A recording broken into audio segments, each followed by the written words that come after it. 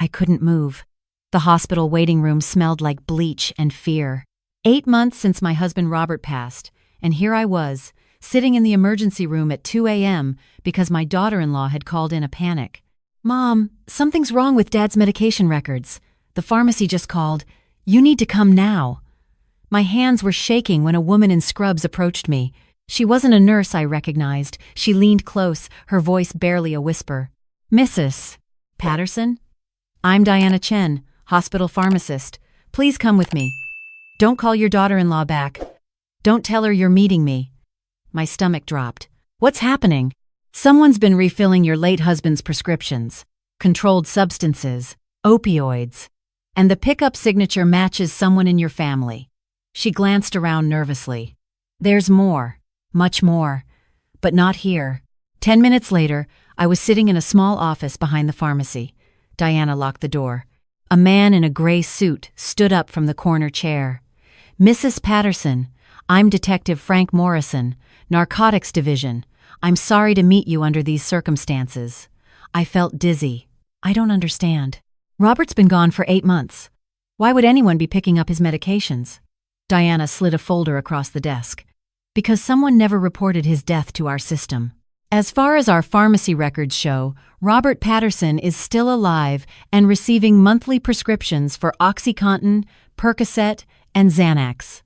I stared at the papers, prescription after prescription, all dated after Robert's funeral.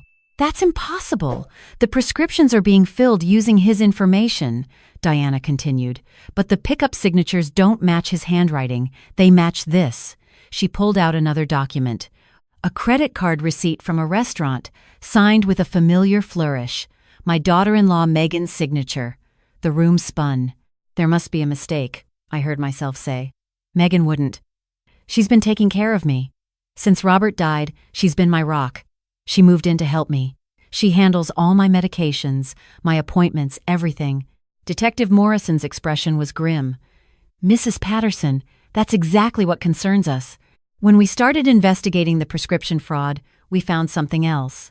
He opened his own folder. "Your bank accounts. Have you noticed anything unusual in the past few months?" Megan handles those now too. After Robert passed, I was so overwhelmed. She offered to help with the bills, the paperwork. She said I shouldn't have to worry about it. "When's the last time you actually looked at your statements?" My silence was answer enough. Diana reached across and touched my hand gently. "Mrs. Patterson, I've worked in hospital pharmacy for 23 years. I've seen this pattern before. It's called caregiver exploitation. The person helping you is often the person hurting you." Detective Morrison pulled out a single sheet of paper. "In the last 8 months, approximately $89,000 has been transferred out of your savings and checking accounts. Small amounts at first, then larger. All to accounts we've traced back to your daughter-in-law." I couldn't breathe. Megan, sweet Megan, who brought me tea every morning, who reminded me to take my vitamins, who called me Mom and hugged me when I cried about Robert. "Why?" I whispered. "Why would she do this?" "We believe she has a significant opioid addiction," Detective Morrison said carefully. "The pills she's been obtaining, using your husband's identity, she's not selling them, she's using them. And when the pills aren't enough, she needs money to buy more on the street. Does my son know?" The question came out broken. "My sweet boy David, who'd married Megan 12 years ago, who had 2 beautiful children with her." Detective Morrison shook his head. "We don't believe so. Your son's finances are separate and untouched. This appears to be solely your daughter-in-law's operation." Diana spoke softly. "There's something else you should know, Mrs. Patterson. When I started pulling records, I went back further, to when your husband was still alive." My heart stopped. "What did you find?" "In the 3 months before Robert died, his pain medication prescriptions were being filled twice as often as prescribed. Someone was picking up extra refills using a secondary ID." She paused. "The overdose that killed your husband. The medical examiner ruled it accidental, but the levels in his system were nearly 3 times what his prescription would allow." I couldn't speak, couldn't think. The room was tilting. I'm saying your husband may have been given medications he didn't know he was taking, medications that were meant to look like he took them himself. Everything I thought I knew about the past year shattered. Robert's death. The way he'd seemed so confused in those final weeks. How tired he'd been. How he kept saying things didn't feel right. I'd thought it was the cancer taking its toll, wearing him down. But what if it wasn't the cancer? What if it was something far more sinister? "I need proof," I said, and I was surprised by how steady my voice sounded.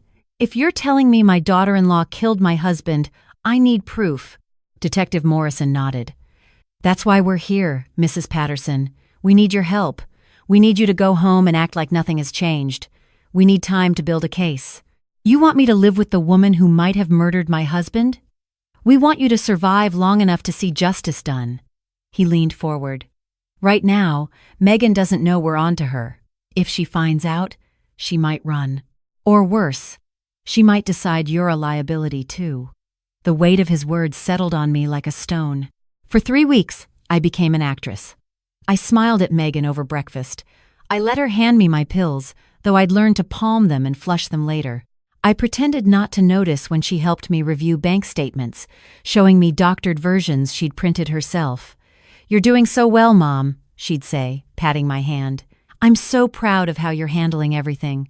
Every night, after she went to bed, I'd meet with Detective Morrison in secret. He'd parked an unmarked car 2 streets over. I'd slip out the back door, through the neighbor's yard, and we'd go over the evidence. It was damning. Megan had been methodical. She'd started small, testing boundaries, a $50 withdrawal here, a $200 transfer there. When no one noticed, she got bolder. She'd forged my signature on a home equity line of credit, borrowing $45,000 against my house. She'd changed the beneficiary on Robert's life insurance policy to herself, though the insurance company had flagged it and frozen the payout pending investigation. And the medications, God, the medications. Robert's oncologist confirmed that he'd never prescribed the quantities that were being filled. Someone had been calling in refills using Robert's patient ID, claiming to be him. The pharmacy had no reason to question it. He was a cancer patient. Of course he needed pain management. The medical examiner agreed to review Robert's case. 2 weeks into my undercover nightmare, I got the call. "Mrs. Patterson, we found traces of additional compounds in your husband's preserved tissue samples. Diphenhydramine and promethazine, both of which amplify the effects of opioids. Neither was prescribed to him. They'd made Robert's death look like an accidental overdose. But it wasn't accidental. It was murder." The hardest part was watching Megan with my grandchildren. Emma was 10, bright and curious, always asking me about the garden or begging me to teach her to bake. Jacob was 7, quieter, but he'd crawl up next to me on the couch and fall asleep against my shoulder while we watched cartoons. They had no idea who their mother really was. And David? My beautiful boy who'd inherited his father's trusting nature and his mother's terrible judgment in character. He worked long hours at the accounting firm, came home exhausted, and saw only what Megan wanted him to see: a devoted wife, a caring daughter-in-law, a family holding together after loss. One night, David came to me in the kitchen while Megan was putting the kids to bed. "Mom, I need to talk to you about something." My heart raced. Did he know? Had he found something? "What is it, sweetheart?" Megan thinks. He hesitated. "She thinks it might be time to consider some kind of living arrangement for you. Maybe assisted living, or we could look at that memory care place across town." I kept my face neutral, but inside, I was screaming. "Memory care? David, there's nothing wrong with my memory." "I know, Mom, but Megan says you've been confused lately, forgetting things, putting stuff in the wrong places. She found the checkbook in the freezer last week." I hadn't put the checkbook in the freezer, but I knew who had. "We're just worried about you living alone eventually. This house is so big, and with the stairs," she was laying groundwork, building a narrative.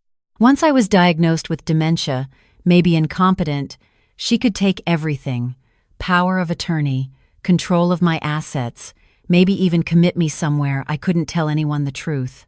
"I'll think about it," I told David. "Can you give me a few weeks?" The next day, I asked Detective Morrison how much longer. "We're close," he said. "The lab results, the financial records, the pharmacy fraud, it's all coming together. But I need you to do something for me. Anything. Get her to admit it. Even partially. You can wear a wire. That night, I lay awake staring at the ceiling. I was 63 years old. I'd been married to Robert for 41 years. We'd built this house together, raised our son here, planned to grow old watching sunsets from the back porch. Instead, I was planning to entrap my daughter-in-law for murder. The next morning, I put on the wire. It was small, disguised as a medical alert pendant. Just in case I fall, I told Megan when she noticed it. The doctor recommended it. She smiled. That's so smart, Mom. We worry about you. I waited until the afternoon, when the kids were at school and David was at work. Megan was in the kitchen, chopping vegetables for dinner, when I sat down at the table. Megan, I need to talk to you about something. She looked up, knife in hand. Of course, Mom. What's on your mind? I found something in Robert's desk. A letter he wrote before he died. Her chopping stopped. Oh? He suspected someone was taking his medication. He wrote down the dates he was getting, refills, and they didn't match what he was actually taking. He was confused about it. Thought maybe it was the cancer affecting his memory. I watched her face carefully. The mask slipped, just for a second. A flash of something cold behind her eyes. Then the warmth came back. That poor man. The cancer was really affecting his mind at the end, wasn't it? Was it the cancer, Megan? Or was it something else? She set down the knife. Mom, what are you implying? I'm asking you a question. Those last few weeks, you were the one giving Robert his medications. You counted them out every morning and every night. He trusted you completely. Because I was helping him. Because you were too overwhelmed with the diagnosis to keep track of everything. I was trying to ease your burden. And the extra refills? The ones the pharmacy says were picked up after Robert died? Her face went pale. I don't know what you're talking about. I think you do. I think you know exactly what happened to my husband. And I think you know exactly what's happening to my bank accounts. For a long moment, neither of us moved. Then Megan laughed. It was a cold sound, nothing like the warm chuckle I thought I knew. You've been talking to someone. The bank? The pharmacy? Does it matter? It matters because you're making a big mistake, Mom. She picked up the knife again, resuming her chopping. Whatever you think you know, you're wrong. And even if you weren't, who's going to believe you? You're a grieving widow with early signs of dementia. You forget where you put things. You get confused about dates and times. Your own son is worried about your mental state. I don't have dementia. Not yet. But these things progress quickly at your age, especially with all the stress you've been under. She smiled at me. It was the smile of a predator. The smartest thing you can do right now is sign those power of attorney papers David mentioned. Let us take care of everything. Then you won't have to worry about any of this. And if I don't? She shrugged. Then I'll have to take a different approach. I'll talk to David about how irrational you've been lately. How you've been accusing me of terrible things without any evidence. How you clearly can't be trusted to make decisions for yourself anymore. And David will listen to me, Mom. He always does. I stood up slowly. My knees were shaking, but my voice was steady. You killed Robert. Megan sighed, like I was a child being difficult. Robert was dying anyway. The cancer was terminal. All I did was speed things up a little. He was suffering, Mom. I gave him mercy. You gave yourself access to his medications and his bank accounts. I gave this family a future. Do you know how much debt David and I have? Do you know what private school costs? What it takes to keep up appearances in this neighborhood? Robert had money. You have money. And you were just sitting on it, wasting it, while we struggled. She pointed the knife at me. Everything I did for my children, for their future.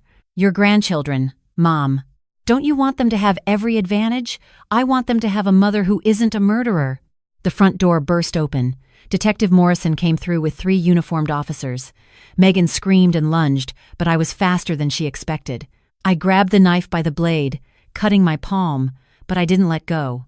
We hit the ground together, and then the officers were there, pulling her off me, cuffing her hands behind her back. Megan Chen Patterson, you're under arrest for the murder of Robert Patterson, prescription fraud, identity theft, elder abuse, and financial exploitation. She screamed the whole time they dragged her out.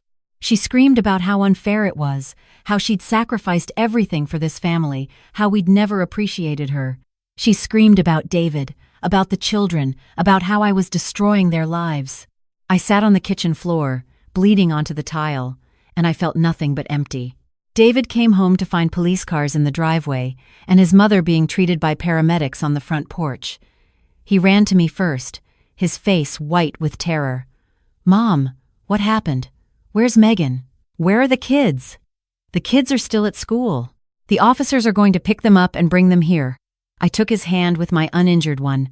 "David, I need to tell you something. About Megan. About your father." I told him everything. I watched my son's world collapse word by word. He cried. He raged. He denied it, then accepted it, then denied it again. He held me so tight I thought my ribs would crack, sobbing against my shoulder like he was a little boy again. When Emma and Jacob came home, escorted by a social worker, they didn't understand why their mother wasn't there. David told them she had to go away for a while. That night, both kids slept in my bed, one on each side of me, and I lay awake watching them breathe.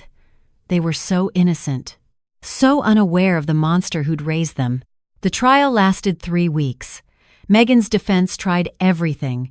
They claimed I was the one with dementia, that I'd fabricated evidence, that I'd manipulated the pharmacy records. They painted her as a devoted wife and mother, driven to desperate measures by grief and exhaustion. The jury didn't buy it. Robert's letter helped. I hadn't been lying when I told Megan he'd written something down. In his final weeks, lucid enough to know something was wrong, he'd written in a notebook hidden inside his old army footlocker, "Something's not right. I'm taking what the doctor prescribed, but I feel like I'm drowning. Megan gives me extra pills, says I forgot I already took them. Maybe I did forget. The cancer is eating my brain too, I think. But just in case I'm not crazy, just in case someone is doing this to me, I want it written down. I love my wife. I love my son. I don't want to believe what I'm starting to suspect, but if I'm right and I don't survive this, Sarah needs to know. Check the pills. Check the money. Don't trust Megan." That notebook was the final nail in her coffin. The jury convicted her on all counts.